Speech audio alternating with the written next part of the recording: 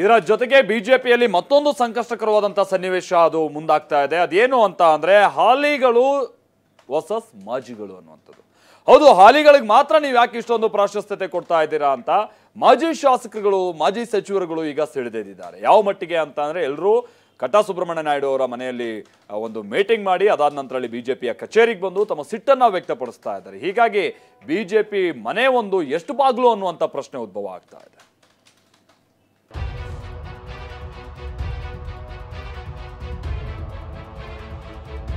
ಸೋಲಿಗೆ ನಾವ್ಯಾರು ಕಾರಣ ಅಲ್ಲ. ಹರಿಹರ ಇಡೀ ಕುಟುಂಬ.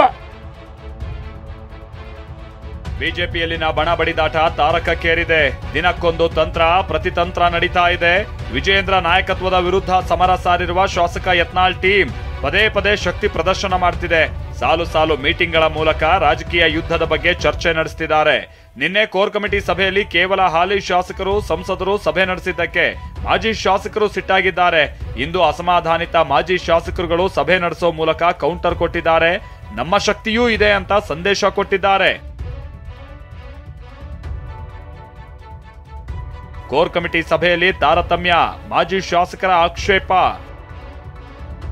ಇವತ್ತು ಮೀಟಿಂಗ್ ಮೂಲಕ ಮಾಜಿ ಶಾಸಕರು ಶಕ್ತಿ ಪ್ರದರ್ಶನ. ನಿನ್ನೆ ಕೇವಲ ಶಾಸಕರು ಮತ್ತು ಸಂಸದರ ಸಭೆ ನಡೆಸಿದ್ದಕ್ಕೆ ಸಿಟ್ಟಾದಂತಾಗಿರುವಂತ ಮಾಜಿ ಶಾಸಕರು ರಾತ್ರೋರಾತ್ರಿ ನಿರ್ಧರಿಸಿ ಇವತ್ತು ಸಭೆ ಮಾಡಿದ್ದಾರೆ. ಬೆಂಗಳೂರಿನಲ್ಲಿ ಮಾಜಿ ಸಚಿವ ಕಟ್ಟಾ ಸುಬ್ರಹ್ಮಣ್ಯ ನಾಯ್ಡು ನಿವಾಸದಲ್ಲಿ ಸಭೆ ನಡೆಸಿದ ಮಾಜಿ ಶಾಸಕರು ನೇರವಾಗಿ ಬಿಜೆಪಿ ಕಚೇರಿಗೆ ಹೋಗಿ ನಮ್ಮನ್ನೂ ಪಕ್ಷದಲ್ಲಿ ಪರಿಗಣಿಸುವಂತೆ ಹಕ್ಕೊತ್ತಾಯ ಮಂಡಿಸಿದ್ದಾರೆ. ಬಿಜೆಪಿ ಸೋಲಿಗೆ ನಾವು ಕಾರಣರಲ್ಲ, ಕುಟುಂಬ ರಾಜಕೀಯ ಅಂತ ಶಾಸಕರು ಆಕ್ರೋಶ ಹೊರಹಾಕಿದ್ರು. ವರಿಷ್ಠರಿಗೆ ಏನ್ ಹೇಳ್ಬೇಕು, ರೈಟಿನ ಕೊಟ್ಟಿದೀವಿ. ಸೋಲಿಗೆ ನಾವ್ಯಾರು ಕಾರಣ ಅಲ್ಲ, ಸ್ವಯಂಕೃತ ಅಪರಾಧ. ನಾವುಗಳು ಯಾರು ಅಲ್ಲ, ರವೀಂದ್ರನಾಥ್ ಅಲ್ಲ, ನಾನು ಅಲ್ಲ, ರಾಮಣ್ಣ ಅಲ್ಲ, ಮಾಡಲ್ ಇರ್ಪಾಣ ಕಾರಣ ಅಲ್ಲ, ಕಾರ್ಯಕರ್ತರು ಮುಖಂಡರ ಕಾರಣ ಅಲ್ಲ, ಅವರ ಸ್ವಯಂಕೃತ ಸೋಲಾಗಿದೆ. ನಾವು ಸಹಿ ಮಾಡಿ ಕೊಟ್ಟಿದೀವಿ. ಕಳೆದ 1 ವರ್ಷ ಚುನಾವಣೆ ಆದಾಗಲೇ ಸೋಲಿಗೆ ಅವರೇ ಕಾರಣ, ನಾವಲ್ಲ. ಹರಿಹರ ಇಡೀ ಕುಟುಂಬ. ಇಷ್ಟು ದಿನ ಶಾಸಕರಾದ ಯತ್ನಾಳ್, ರಮೇಶ್ ಜಾರಕಿಹೊಳಿ ವಿರುದ್ಧ ಕೆಂಡ ಕಾರ್ತಾ ಇದ್ದ ಮಾಜಿ ಸಚಿವರು ಈಗ ಪಕ್ಷದಲ್ಲಿನ ಚಟುವಟಿಕೆಯಲ್ಲಿ ನಮ್ಮನ್ನು ತೊಡಗಿಸಿಕೊಳ್ಬೇಕು ಅನ್ನೋ ಡಿಮ್ಯಾಂಡ್ ಮುಂದಿಟ್ಟಿದ್ದಾರೆ. ಕೇವಲ ಹಾಲಿಗಳನ್ನಷ್ಟೇ ಪರಿಗಣಿಸಿದ್ರೆ ಮುಂದೆ ನಾವೇ ಪಕ್ಷಕ್ಕೆ ಬೇಕಾಗಿರೋದು ಅನ್ನೋ ಎಚ್ಚರಿಕೆಯನ್ನು ಪಕ್ಷಕ್ಕೆ ರವಾನಿಸಿದ್ದಾರೆ.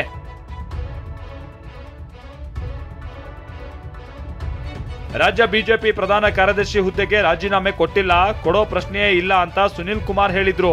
ನಾನು ರಾಜ್ಯಾಧ್ಯಕ್ಷ ಸ್ಥಾನದ ಆಕಾಂಕ್ಷಿಯೂ ಅಲ್ಲ, ಯಾವುದೇ ಬಣದಲ್ಲೂ ಇಲ್ಲ ಅಂದ್ರು.